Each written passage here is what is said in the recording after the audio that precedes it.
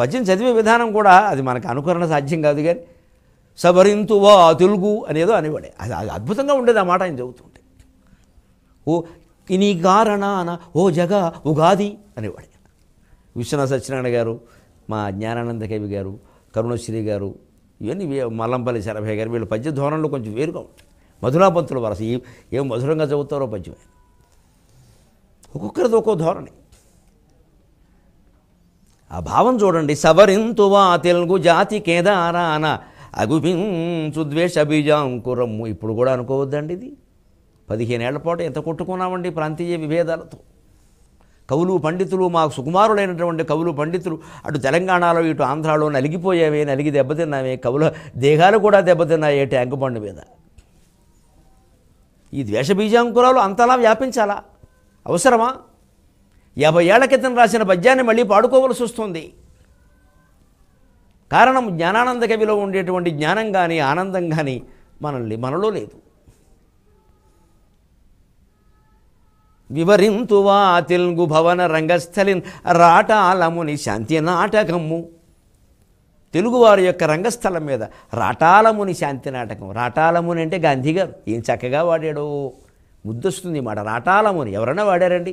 మా జ్ఞానానంద కవి గారు తప్ప. రాటాలముని, రాట్నం పట్టిన ముని, రాటాలముని శాంతి నాటకము. ఆ రాటాలలోట, ఆ నాటకంలోట ప్రాసయితి. దానికోసం ఆ నాటకానికి మనం రంగస్థలం అన్నాం, నాటకం వాడాలి కాబట్టి ఇక్కడ ఏం వాడాలని రాటాలముని అని కొత్త పదం వచ్చింది. ఇది కవి ప్రతిభ. అంతేగాని నాటకానికి తగినట్టు ఏదో పాఠకం అని వాడేయకూడదు. గాంధీ గారు ఆయన జీవన విధానం, ఆయన ఆశయాలు అవి ఎప్పటికైనా తెలుగు నేలలో పరిణమిస్తే ఎలా కొట్టుకుపోవడమేనా? ఎంత భయంకరమైన కొట్లాటలు ఇప్పటికీ శాసనసభల్లో బండబూతులు వినపడుతున్నాయండి. మైకులు విసిరేసుకుంటున్నారు శాసనసభ్యులు, గౌరవ శాసనసభ్యులు. మరి 50 ఏళ్ల క్రితం కవిగారు రాటాలముని శాంతి నాటకము అన్నాడే, ఆ శాంతి అనేటువంటి నాటకం ఎప్పటికైనా ప్రదర్శింపబడే అవకాశం ఉందా మనకి? మరి ఎన్ని ఉగాదులు మారితేమి, ఎన్ని ఉషస్సులు మారితేమి? పండగ నాడు కదా అని చెప్పేసి అన్నీ ఏదో శుభాలే మాట్లాడుకోవడం కదా, మనం పరిశీలించుకోవాలి ఎప్పటికప్పుడు. లేకపోతే అన్నీ కృత్రిమ శుభాలు అయిపోతాయి. పండగ ఒక్కరోజు నవ్వుతూ కూర్చుని ఆ మర్నాటి నుంచి మళ్ళీ దుఃఖాలు ఆహ్వానిద్దామా? పండగ ఆ దుఃఖాలన్నీ పోగొట్టుకుందుకు అవసరమైన ప్రేరణ అందించాలి కదా. అంటే ఇటువంటి పద్యాలు వినాలి, అందుకే పద్యాలు వినాలి. పంచాంగం ముఖ్యం, పద్యం ముఖ్యం, పచ్చడి ముఖ్యం. పకారత్రయం. సవరింతువా తెలుగు జాతి కేదారాన అగుపించు ద్వేష బీజాంకురం. వివరింతువా తెలుగు భవన రంగస్థలిన్ రాటాలముని శాంతి నాటకము.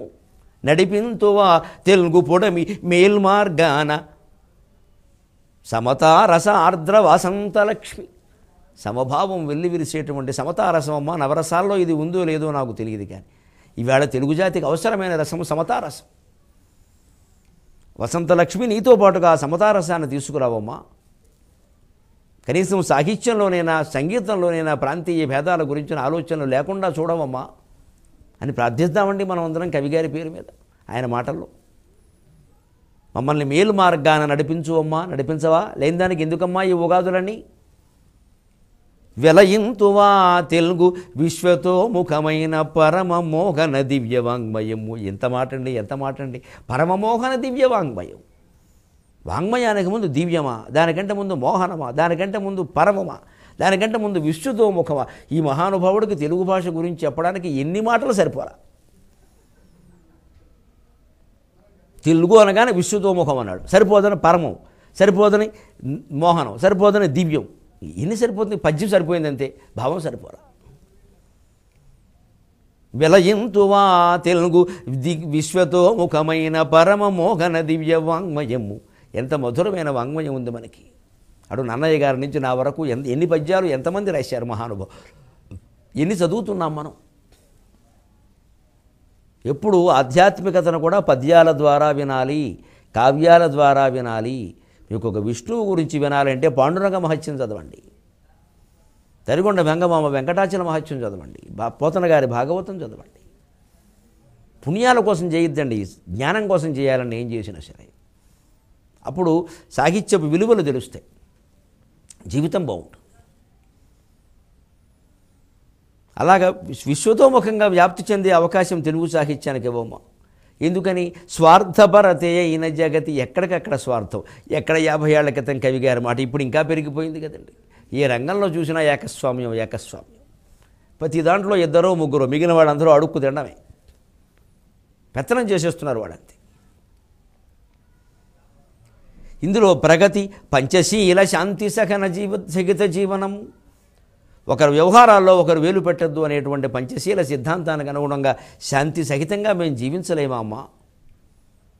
అందుకని అటువంటి ఏర్పరింతువా అదృష్టము నీ రాక కారణానవో జగా ఉగాది.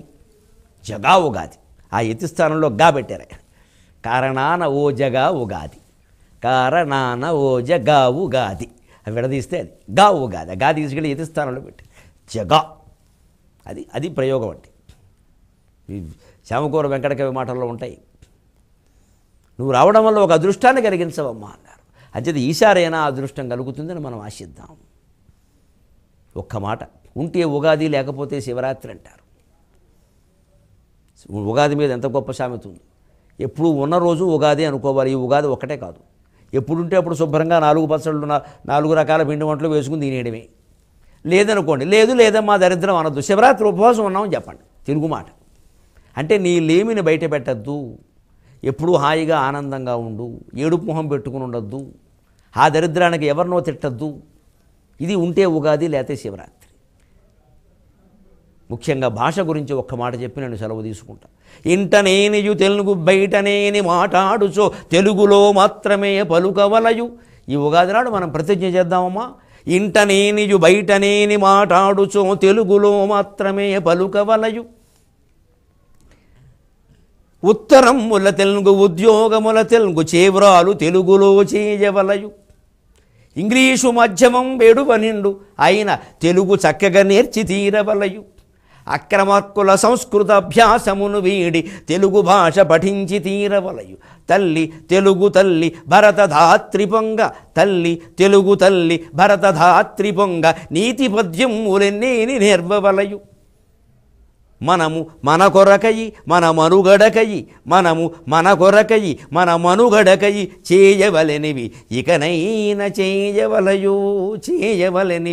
ఇకనైన చేయవలయు. స్వస్తి.